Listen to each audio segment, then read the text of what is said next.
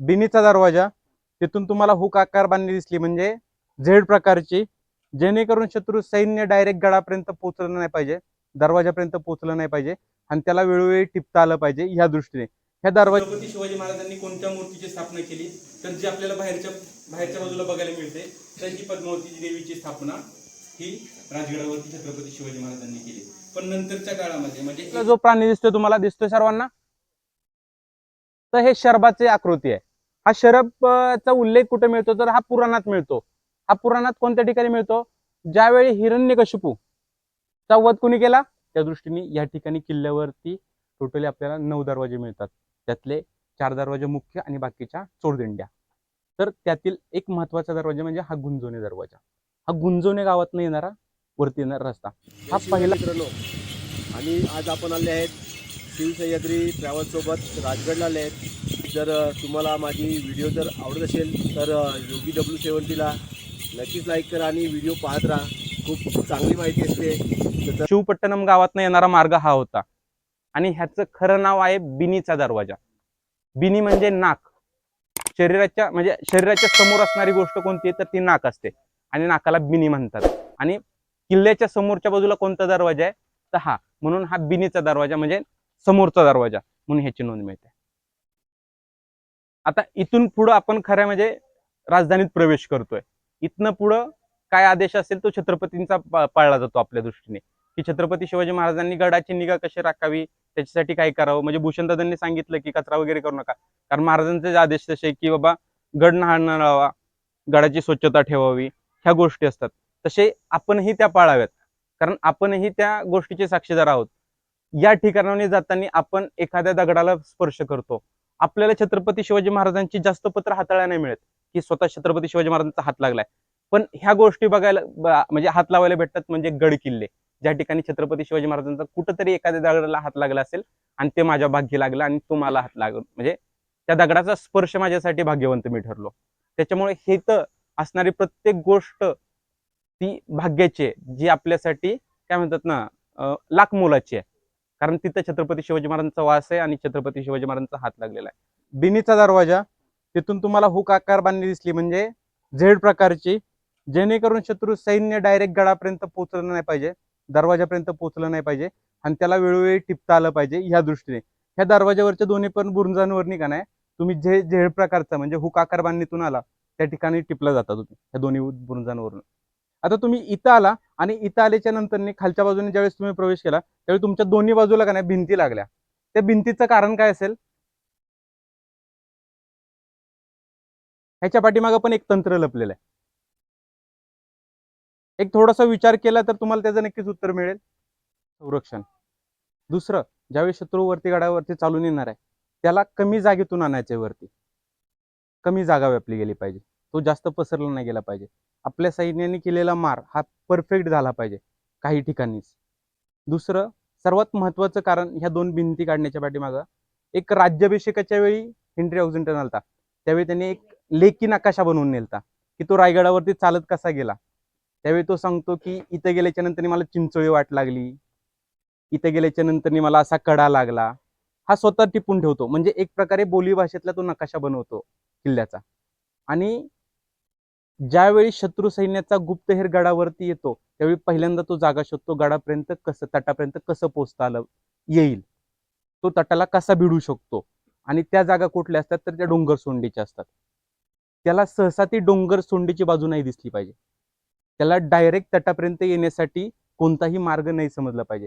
ज्यावेळी तुम्ही इथे येतात त्यावेळेस तुम्हाला तटाला म्हणजे कडच्या बुरुजांना कुठं डोंगर सोंड भिडते हे दिसतं. खालून तुम्हाला प्रॉपर नाही दिसत पण वरून प्रॉपर दिसतं. आणि ते शत्रूच्या सैन्यापासून म्हणजे गुप्तहेरांपासून वाचण्यासाठी ह्या दोन्ही बाजूच्या भिंती बांधल्या गेल्या. म्हणजे इंग्रज कोणत्या प्रकारे विचार करायचे आणि छत्रपती शिवाजी महाराज त्यांच्या पुढे कसा विचार करायचे हे आपल्याला दिसतं. विचार क्षमता किती मोठी आहे. ज्यावेळी तुम्ही खालच्या बाजूला आला आणि तिथून तुम्हाला एक मार्ग दाखवला जो बिनीच्या दरवाजावरती जातो, बरोबर. महाराजांनी तिथले तिथेच म्हटलं तरी काढू शकले असते तो रस्ता गच्चीवरून, पण इकडून का ठेवला तर आपलं सैन्य इन केस खालचा दरवाजा पडला तरी आपल्या सैन्याला सिक्युअरपणे वरच्या किल्ल्यात प्रवेश करता आला पाहिजे, लवकर शत्रू सैन्य तिथपर्यंत नाही पोहोचलं पाहिजे त्यांच्यापर्यंत. त्याच्यामुळे शॉर्टकट मार्ग एक प्रकारे तो इथून डायरेक्ट दरवाजापर्यंतचा ठेवला. ज्या प्रकारे हा दरवाज्यात आपण येतो त्यावेळी दरवाजाच्या पायऱ्या आपण बघतो, ह्या उंच पायऱ्या आहेत. तसं मग सांगितल्याप्रमाणे हत्ती आणि ओंडकाच्या साह्याने हा दरवाजा पडू शकत नाही. तिसरं म्हणजे हा दरवाजा शिवपूर्व काळातला आहे. हा कशावरनं, तर ह्याच्यावरती असणाऱ्या चर्यांचं बांधकाम हे छत्रपती शिवाजी महाराजांनी केलेलं नाहीये. हे शिवपूर्व काळातली नोंद मिळते चर्यांची, ज्या म्हणजे कापण्यांचे आकार दिसतात तुम्हाला वरच्या बाजूला, सर्व बुरुजाला होत्या. ह्या बाजूच्या इकडे सरळ कापण्याचे चर्या, ह्याच्या साह्याने बाणांचा मारा केला जायचा. नंतरच्या काळात बंदुकी आल्या म्हणून तिथे जंग्यांचा वापर चालू झाला. शिवाजी महाराजांनी केलेल्या किल्ल्यांवरती नाही बघायला मिळत आपल्याला. या ठिकाणी दिसत आहेत ह्या कापण्या, हा ह्या खालच्या जंग्या चर्या, ह्याच्यातून बाणांचा मारा केला जातो चर्यातून, आणि जंग्यातून बंदुकीचा मारा केला जातो. हा दरवाजा शिवपूर्व काळातला कशावरने, तर याचं एक कारण म्हणजे आपण छत्रपती शिवाजी महाराजांच्या काळात बनवले गेलेले शिलालेख पाहतो. जसं रायगडवरचे 2 शिलालेख, एक म्हणजे प्रासाद जगदीश्वर आणि दुसरा म्हणजे हिरोजी टिळकर, असे 2 शिलालेख. आणि ह्याचबरोबर तिसरा शिलालेख अजून एका ठिकाणचा बघतो, तो म्हणजे गोव्यामधील सप्तकोटेश्वराचा. ज्या ठिकाणी तुम्ही शिलालेख पाहिला तर असा तो बोल्ड पद्धतीचा आपल्याला बघायला मिळतो. आणि राजगडवरती एक शिलालेख आहे, तो खोदीव पद्धतीचा आहे. आणि याच्यावरनी समजतं की शिवाजी महाराजांच्या काळात कसे शिलालेख कोरले गेले आणि शिवपूर्व काळात कसे कोरले गेलेले. तर त्यातील एक शिलालेख म्हणजे हा शिलालेख स्पष्ट होतात. आता या बाजूला पण आपल्याला देवड्या बघायला मिळतात. म्हणजे जसं म्हटलं की पहारेकऱ्यांचा पण एक कोणतरी मेन असतो, त्याला दौलतबंकी म्हणतात. तर त्या दौलतबंकीची जी निवाऱ्याची म्हणजे त्याची थांबण्याची सोय असायची, तर ती ही पाठीमागल्या देवडीमध्ये असायची. जो काही गडावरचा पहारा लावून द्यायचा आहे तो इथून लावला जायचा, आणि त्याच्यानंतर वेगवेगळे जे शिपाई आहेत ते वेगवेगळे आपापल्या पहाऱ्यावरती जायचे. जसं पाहिलं की पाठीमागल्या वेळेस आपलाच ग्रुप घेऊन आलतो, भूषणदादाशी बोलणं चाललेलं. त्यावेळी मी भूषणदादांना एक प्रश्न विचारला, म्हणजे देवाणघेवाण गेल्याच्या नंतर किती फायदा होतो. म्हणजे माझी कमकुवतपणा मी नाही सांगत की, पण ज्यावेळी मी दुसऱ्याला सांगतो तर त्याला काही गोष्टी माहित असतात, तिथून आपल्याला घ्यायच्या असतात. भूषणदादाशी माझं बोलणं झालं की ह्यात म्हणजे काय म्हणतात ना, वक्राकार जे दगड लावलेत ते का लावलेत. तर भूषणदादांनी मला सांगितलेलं की पावसाळ्याच्या काळात पाऊस जास्त पडतो आणि आतमध्ये पाणी जाऊ शकतं, किंवा उन्हाळ्यात ऊन पण जास्त आहे, आतमध्ये ऊन जाऊ शकतं, आतमधल्या लोकांना त्याचा म्हणजे त्रास होणार आहे. तर त्याच्यापासून वाचण्यासाठी याच्यावरती कळक किंवा आडवा बांबू लावला जातो आणि त्याच्यामध्ये पडदे खाली सोडले जातात, ज्याच्या साह्याने आतमधल्या पहारेकरांचं संरक्षण झालं पाहिजे. ही गोष्ट त्यातनं समजली. म्हणजे चर्चेतून काय फायदा होतो की आपल्याला जी गोष्ट माहित नसते ती माहिती होते. आपण आपल्यात लपवायची नसते ती गोष्ट, आपल्यात लपवली ती आपल्यापुरतीच मर्यादित राहते आणि त्यातून आपण अडाणी राहतो एक प्रकारे. पण ज्यावेळेस आपण विचारतो त्यावेळी आपल्याला त्या गोष्टी समजतात. त्याच्यामुळे आज 2 दिवस फक्त तुम्ही प्रश्न विचारा, त्याची उत्तरं नक्की तुम्हाला मिळतील. नंतरच्या काळात छत्रपती शिवाजी महाराजांनी या ठिकाणी राजधानीची निर्मिती केली आणि या ठिकाणी देवस्थानाची स्थापना केली, म्हणजे मूर्ती स्थापना केली. तर छत्रपती शिवाजी महाराजांनी कोणत्या मूर्तीची स्थापना केली, तर जी आपल्याला बाहेरच्या बाजूला बघायला मिळते, तर ही पद्मावती देवीची स्थापना ही राजगडावरती छत्रपती शिवाजी महाराजांनी केली. पण नंतरच्या काळामध्ये म्हणजे 1689 साली किशोरसिंह अडाणी हा किल्ला घेतला. तरीही देवीचं स्थान होतं, कारण तो हिंदू राजा होता, त्याच्यामुळे त्याने देवीला इजा नव्हता करणार. पण नंतरच्या काळात म्हणजे 1703-4च्या दरम्यान ज्यावेळेस औरंगजेब चालून आला त्यावेळी आपल्याला बऱ्याच वेळा देवता लपवून ठेवावं लागला. त्यावेळी या मंदिरामधील देवता ही पद्मावती तळ्यात लपवून ठेवली गेली अशी नोंद मिळते, म्हणजे असं सांगितलं जातं. आणि नंतरच्या काळात भोरच्या पंत सचिवांनी हा पुन्हा राजगड घेतला आणि पुन्हा देवीची स्थापना केली. आणि सध्याला जी देवी बघायला मिळते हे पंत सचिवांच्या काळात आलेली ती देवता आहे. म्हणजे या ठिकाणी आपल्याला 3 देवताची स्थानं बघायला मिळतात. याचबरोबर या मंदिरामध्ये आपल्याला प्रतापगडची भवानी आलेली नोंद मिळते. म्हणजे जोपर्यंत राजगड होता, राजगडवरती राजधानी होती, तोपर्यंत छत्रपती शिवाजी महाराजांना कोणत्याच गोष्टीची भीती नव्हती, कारण एकही मोहीम फेल गेलेली नाहीये महाराजांची. ज्या वेळी महाराज या ठिकाणी बाहेर पडले त्यावेळेस देवतांचे दर्शन घेऊन ते बाहेर पडले, त्यावेळी त्यांना यश प्राप्ती झालेली नोंद मिळते. त्याच्यामुळे छत्रपती शिवाजी महाराजांनी या पद्मावती देवीचं दर्शन घेतलेले आणि ती आजही आपल्याला दर्शनासाठी म्हणजे आजही तशीच ती उभी आहे, जी छत्रपती शिवाजी महाराजांना दृष्टांत देत होती, तीच देवी आजही आपल्याला दृष्टांत देते. या ठिकाणी बरीच लोक येतात, म्हणजे माझ्याच ग्रुपमधले, म्हणजे आपण सगळे एकाच ग्रुपचे तसं म्हटलं तरी, पण या राजगडसाठी काम करणारी बरीच लोक येतात. तर बऱ्याच वेळा या देवीची रूप आपल्याला वेगवेगळे बघायला मिळतात. आज म्हणजे आत्ता सध्याला तुम्हाला जर वेगळं रूप देवीचं बघायला मिळत असेल, म्हणजे आतमधल्या मूर्तीचं रूप बघायला मिळत असेल, तर ते संध्याकाळी वेगळ्या रूपात दिसतं. म्हणजे एक प्रकारे देवीचा वास कोणत्या प्रकारे असतो, देवीचा सहवास कसा असतो, तर ते या मंदिरात आपल्याला नक्कीच अनुभवायला मिळतं. बऱ्याच वेळा रागात पण आपल्याला देवी पाहायला मिळते किंवा हसताना देवी बघायला मिळते. आणि हे अनुभव लोकांचे आहेत, माझे नव्हे. कारण काय होतं की आजपर्यंत आपण गडावरती जातो आणि जागृत देवस्थान म्हणजे बाहेर बघत बसतो, तर जागृत देवस्थान ही गडावरती आपल्याला बघायला मिळतात. तशी हा पद्मावतीचं स्थान आहे. तर ह्या आपल्याला नेहमी आशीर्वाद देत असतात. आपण गडावरती आलो त्यावेळी देवीताचे दर्शन घेणं गरजेचं असतं आणि जातानाही दर्शन घेणं गरजेचं असतं. कारण या गडावरती बऱ्याच गोष्टींचा भास होत असतो. त्रास काही लोकांना होतो, काहींना चांगलं वाटतं, पण ते त्रास होऊ नये म्हणून देवीची म्हणजे देवतांची हे दर्शन घेणं गरजेचं असतं. जाताना आणि येताना हे नेहमी गडावरती करा. बाकीचं काही त्यांना अपेक्षा नसते. तुम्ही हात जोडले इथपर्यंतच खूप असतं आणि त्या हात जोडण्यातच तुम्हाला आशीर्वाद देत असतात. त्याच्यामुळे गडावरती आलं की आपण ते करणं गरजेचं आहे.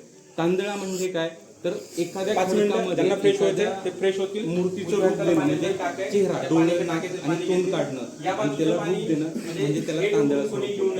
आणि तो आपल्याला मध्यंतरी जो झाला एक मुलगा टाक्यात पडला. बऱ्याच वेळा आपण किल्ल्यावरती जातो आणि काही प्राण्यांचे आकार कोरलेले आपल्याला बघायला मिळतात. तसं त्यातले ठराविक आकार म्हणजे कमळपुष्प, त्याच्यानंतर शरभ, गंडबेरूड, मगरमुख, व्याघ्रमुख अशा गोष्टी आपल्याला बघायला मिळतात. तर त्यातली एक फिक्स मध्ये छत्रपती शिवाजी महाराजांच्या किल्ल्यांवरती बघायला भेटणारी गोष्ट म्हणजे शरभ. आता हा शरभ काय आहे, तर या बाजूला जो प्राणी दिसतो तुम्हाला दिसतोय सर्वांना, तर हे शरभाची आकृती आहे. हा शरभचा उल्लेख कुठे मिळतो, तर हा पुराणात मिळतो. हा पुराणात कोणत्या ठिकाणी मिळतो, ज्यावेळी हिरण्यकशिपू चा वध कुणी केला, नरसिंह. नरसिंह अवतार विष्णूंनी धारण केला आणि हिरण्यकशिपूचा वध केला. पण ज्यावेळेस नरसिंह अवतार धारण केला त्यावेळी त्यांचं रूप हे अर्ध मानव आणि अर्ध सिंह होतं. तर नंतरच्या काळामध्ये याच नरसिंहाचा विध्वंस वाढला आणि मानवजातीला त्रास होऊ लागला. तर विष्णूंनी अवतार धारण केला, तर ह्या नरसिंह अवतार संपवण्यासाठी महादेवांना एक अवतार घ्यावा लागला, तो म्हणजे शरभाचा अवतार. तर शरभ कसा होता, काय होता, तर हा मिश्र प्राणी आहे. 2 ते 3 प्राण्यांचा मिश्र प्राणी आपल्याला हा बघायला मिळतो. म्हणजे त्याची पाठ वेगळी असते, त्याचं तोंड वेगळं असतं. काही वेळा शरभांना पंख असतात आणि त्यांच्या पायामध्ये, मुखामध्ये हत्ती असतात. म्हणजे त्याच्या चारी पायामध्ये, शेपटीमध्ये आणि तोंडामध्ये त्यांनी 6 हत्ती धारण केलेले असतात. म्हणजे त्याचा आकार केवढा मोठा असावा हे ते धारण म्हणजे दाखवण्याचं प्रतीक म्हणजे शरभ दाखवतो की किती मोठा असावा. तर हा शरभ आपल्याला गड किल्ल्यांवरती बघायला मिळतो, तसंच महादेवांच्या मंदिरांवरती पण पाहायला मिळतो. त्या दृष्टीने या ठिकाणी किल्ल्यावरती टोटली आपल्याला 9 दरवाजे मिळतात. त्यातले 4 दरवाजे मुख्य आणि बाकीच्या चोरदिंड्या. तर त्यातील एक महत्वाचा दरवाजा म्हणजे हा गुंजोने दरवाजा. हा गुंजोने गावातून येणारा वरती येणारा रस्ता. हा पहिला मूळ वाट होती, चांगली वाट होती. म्हणजे दरवाजात महादरवाजा म्हटलं एक मेन वाटेपैकी, तर त्यातील गुंजोनेतून येणारी ही वाट. तर या वाटेवरती 2 दरवाजे बांधले गेले, जसं तो दरवाजा आणि हा दरवाजा. पण ज्यावेळी जुना दरवाजा इथं होता त्यावेळी अचानक महाराजांच्या स्वप्नी काहीतरी दिसलं आणि महाराजांना जाणवलं की एका ठिकाणी गुप्तधन आहे. म्हणजे जसं पोर्तुगीज एक होता तो सॉरी डच एक फिरस्ती होता, तो चाललेला आणि त्याला ती नोंद मिळाली त्याच्या नोंदीमध्ये की महाराजांना राजगडच्या दरवाजाचं बांधकाम करताना गुप्तधन सापडलं. तर तो कोणता दरवाजाचं बांधकाम चाललेलं, तर हा गुंजोने दरवाजाचं बांधकाम चाललेलं. त्याचंच प्रतीक म्हणून यांनी छत्रपती शिवाजी महाराजांनी याच्यावरती गजलक्ष्मीचं शिल्प बनवलं. तर ते गजलक्ष्मीचं शिल्प कोणतं, तर ते समोरच्या बाजूचं. त्या 2 बाजूला हत्ती दिसत आहेत, सोंड आणि लक्ष्मीचं प्रतीक म्हणजे कमळाचं प्रतीक. म्हणजे एक गजलक्ष्मीचं शिल्प तुम्ही पाहिलेले रेग्युलर मध्ये चांगलं. देवी सरस्वती बसलेली असते, महालक्ष्मी बसलेली असते आणि तिच्यावरती 2 हत्ती गरम आणि थंड पाण्याचा हे सोडत असतात.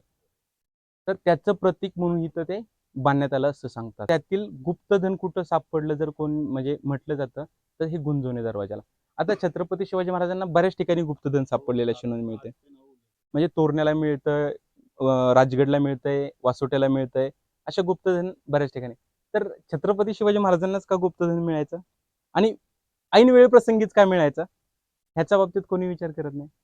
एका दृष्टीने विचार केला तर ते कोणा तरी पाठवून देत असावं का, हा येतं का, वडील, हा, एक गुप्त व्यक्तिमत्व तर शहाजीराजे का, तर ह्याची सुरुवातच छत्रपती शिवाजी महाराज बेंगलोरवरनी स्वराज्यात आले इथून होते. कारण शहाजीराजे त्यांना एक संस्कृत श्लोक असणारा शिक्का बनवून देतात आणि भगवा ध्वज देतात. याच्यावरनी समजतं की ते स्वप्न कुणाचं आहे, पाठीशी कोण आहे. फक्त ते उघडपणे आदिलशाहच्या दरबारी असल्यामुळं ते सांगू शकत नव्हते की हे माझ्याकडून चाललेलं आहे. मग ते कोणत्या पद्धतीने पोहोचवायचं, तर ते गुप्त पद्धतीने पटवायचं आणि गुप्त धनामार्फत पोहोचवायचं. तर ती पद्धत इथं वापरलेली आपल्याला दिसते की प्रत्येक वेळीच मिळतं, तर त्याच्या पाठीमागे हे कारण आहे खरं. आता ज्या ठिकाणी उभं आहे ती चिलकती बुरुज म्हणजे सुवेळाचं शेवटचं टोक असं म्हटलं तरी काय. ह्याच्या बाबतीत काहीतरी थोडा इतिहास आहे. तो इतिहास असा की ज्यावेळी रायगडला वेढा पडला औरंगजेबाने, त्यावेळी त्यांनी मारा केला तर तो सुरुवातीला या माचीवरती केला. का तर याला जोडलेली डोंगर सोंड, त्या समोरच्या बाजूला तुम्हाला डोंगर सोंड दिसते लाईनीने गेलेली, हां, त्याचा सहाय्य घेऊन या माचीवरती मारा केला. कारण बाकीच्या बाजूने डायरेक्ट डोंगराला म्हणजे तटाला भिडणारी कुठेही डोंगर सोड नाही आहे. हां, मग स्पेस कुठनं मिळणार आहे, ते इथून भेटणार आहे म्हणून या ठिकाणी मारा केला. ज्यावेळी तो या बाजूला खालच्या बाजूला दमदमा उभा करलेला म्हणजे लाकडी फळ्या टाकून, हां, त्याच्यावरती तोपा लावल्या. कारण स्पेस नाही आहे तेवढा म्हणावा असा की तिथं तोप लागेल, म्हणून लाकडी फळ्या टाकून त्याला चांगला दमदम्याचं रूप देऊन तिथं तोपा उडवायच्या होत्या. आणि तोपा उडवण्यासाठी दमदमा वगैरे उभारला. आणि दुसऱ्या दिवशी आदेश येणार, औरंगजेब स्वतः म्हटला की मी वरती गडावरती येतो, म्हणजे तिथे येतो आणि मग तोप्याचा बार चालू करा. आणि त्यावेळी गडावरती दोन व्यक्ती, मातब्बर व्यक्ती होते.